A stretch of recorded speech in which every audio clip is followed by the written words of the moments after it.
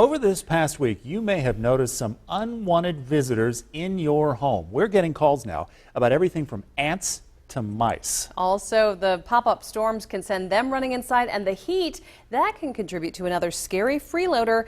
We're talking about those creepy snakes. Diane Lee explains why most homeowners have it all wrong when trying to get the critters out.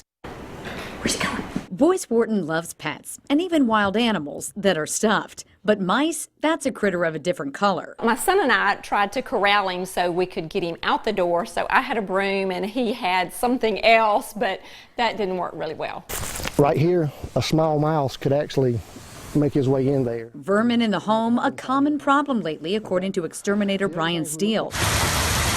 He says the recent downpours have flooded burrows and turned mice and roof rats into persistent house squatters. Sealing entry holes is the first line of defense. That should include plumbing entries, the crawl space access, vents, and don't forget the roof line. So this is something that we will definitely seal up. Now, just when you thought you knew the best method, think again. A lot of people are using the spray foam to fill those holes, and the mice are just eating right through.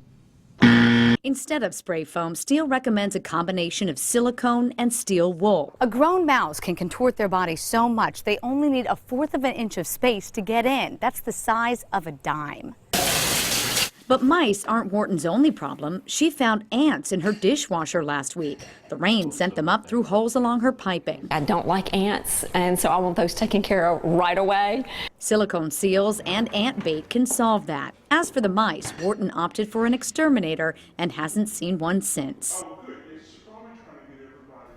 And that is our Diane Lee reporting. If you do this yourself, by the way, the exterminators recommend you place bait or glue traps near any piping entries as well as along long crawl space walls and under the sink. But there is a word of caution here. If you're using bait, always be really careful if you have children and pets in the house.